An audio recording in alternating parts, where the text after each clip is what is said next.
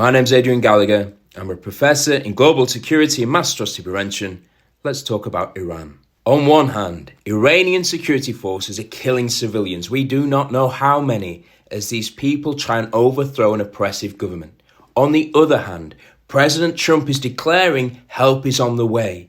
But before we celebrate this, let me explain moral hazard theory. The moral hazard theory explains that when an external actor, in this case the United States, sends a signal, in this case to the Iranian people, that it will protect them from an oppressive government, this can increase the likelihood of rebellions and increase riskier tactics being used. The problem is, when the external actor doesn't follow through with robust protection measures, the people are left to get slaughtered by the government. And the US has a long history of this. In 1991, insurgents in Iraq were led to believe that the United States would help them overthrow Saddam Hussein. The US left Iraq and left behind them the insurgents who were then slaughtered.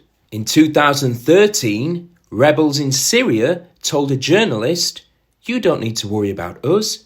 President Obama will be here by the end of the month." Obama never came. The death toll rose from 5,000 to 50,000 to over 500,000. The United Nations actually stopped counting. With regards to Iran, Trump is meant to be considering the use of B-52 bombers. But as we saw in Libya in 2011, even if you bring about regime change through use of force, without post-war planning, civil war and catastrophe occurs. Overall, I'd love to see human rights flourish in Iran. But if the US wants to genuinely protect people in Iran, then it has to do more than simply bomb the country. At this moment in time, the US administration is telling the people in Iran to make regime change inevitable.